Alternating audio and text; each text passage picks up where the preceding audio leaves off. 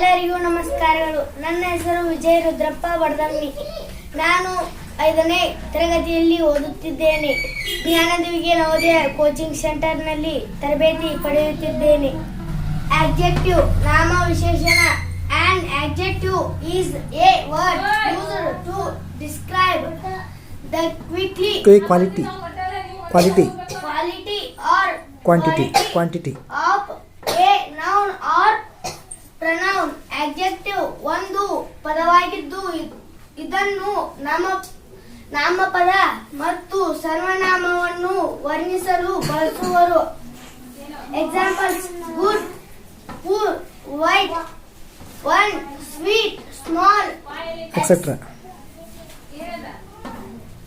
He is good boy.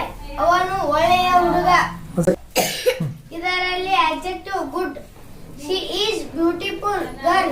ಅವಳು ಸುಂದರ ಹುಡುಗಿ. ಇದರಲ್ಲಿ adjective beautiful.